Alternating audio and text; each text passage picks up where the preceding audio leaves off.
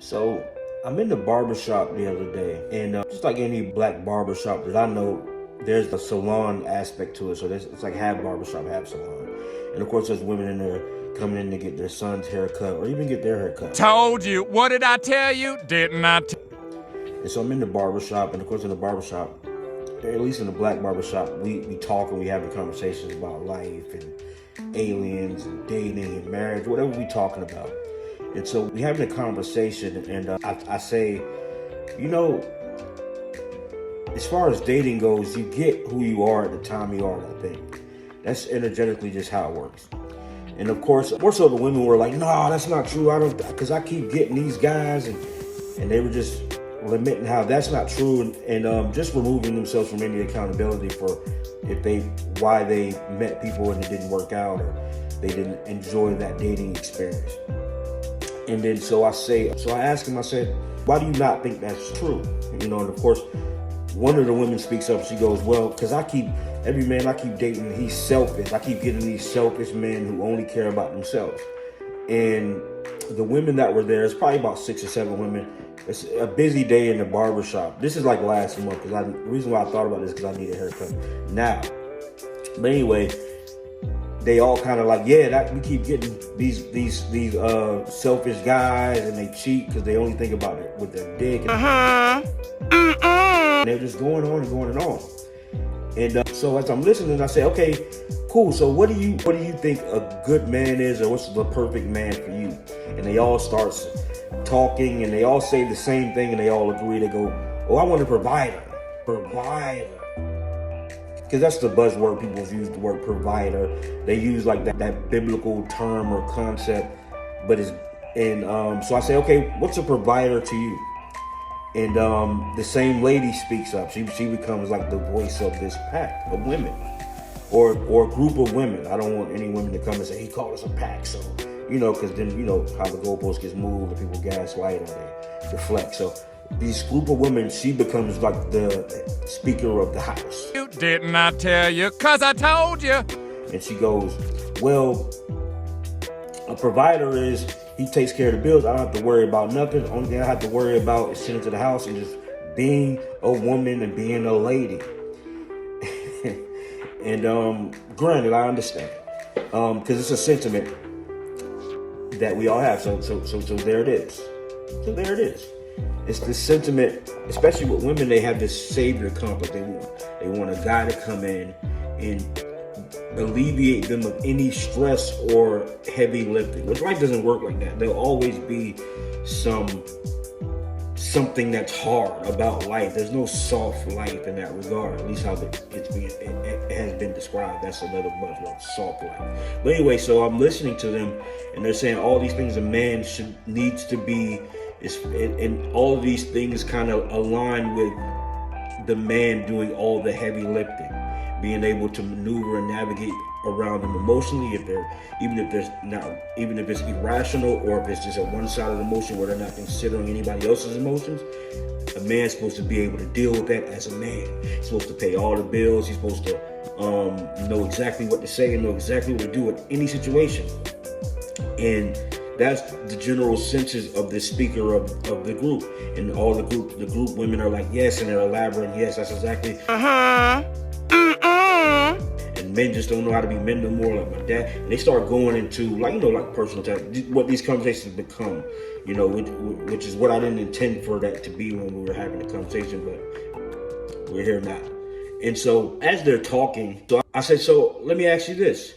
So while he's being the man and being the provider and alleviating you from all the heavy lifting, and when I said that, they said, no, we didn't say anything about alleviating us all the heavy lifting, even though what they described was a lot of all the things that are hard about life. A man's supposed to help them through that and take the brunt of that. And so that's what I described to them. They go, well, yeah, that's being a man, but that's not alleviating the heavy lifting. Okay, I know when to not pick a fight about that. God bless them. Move on. So with that being said, when they're saying this, so I say, what do you guys, when you have that man, what is your position in that relationship or in that household? And again, the speaker of the house goes, well, of course I'm going to be there to support him emotionally, and just be a woman, just be a lady, which was her quote. Just be a lady. So I realized, and so I just restated what they said based on what they expect from the man they're with, and then what they are, and what they're saying that they're providing out of their own mouth. And I said, so you want him to pay the bills, maneuver around your emotional insecurities and boundaries, and you're supposed to just receive that as a lady and just be the lady in his life. And then, I asked it in that plain way for maybe they'll get a light bulb and say, yo, that's not balanced or the same. But the speaker goes, yeah, that's what a man is. That's what a man's supposed to do. And in that moment, I said, you don't think that's selfish? To their credit, they all kind of paused and thought about it. And when it felt like they were kind of like coming around to understanding that it's about more than just how you see the world or perspective. The speaker goes, well, that's how my dad was, and that's how my granddad was, and I'm not selling for nothing less. And there it is. So there's this idea that women have about the perfect man. The only thing about that idea is the idea leaves no room to think about how that man feels or thinks. And so if you don't consider the other person that you're building this idea about or around, then the person that you do find yourself with will always end up battling that idea that they didn't agree to or know nothing about, or both. And that is selfish. So if all the men that you keep coming across and finding are selfish, then perhaps you get what you are at the time you are that thing. But I don't want no trouble. Like and subscribe. Tell me what you think. Hey, you guys. I recently linked with Jus'Black Organics. It's a privately owned black company that makes handmade soaps, body oils, and other skincare products. I needed something as I got older to deal with my dry skin that was healthy and was safe to use for my children and myself. Jus'Black Organic is handmade and crafted and packaged with love and care.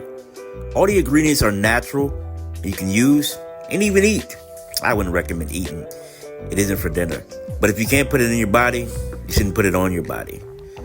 So for all your soap needs, hair needs, skin needs, contact Jus'Black Organics. High quality natural ingredients. We're committed to caring for your skin, your well-being. We use eco-friendly material and benefit our environment. Give your skin a healing feeling. www.jus'Organicsinc.com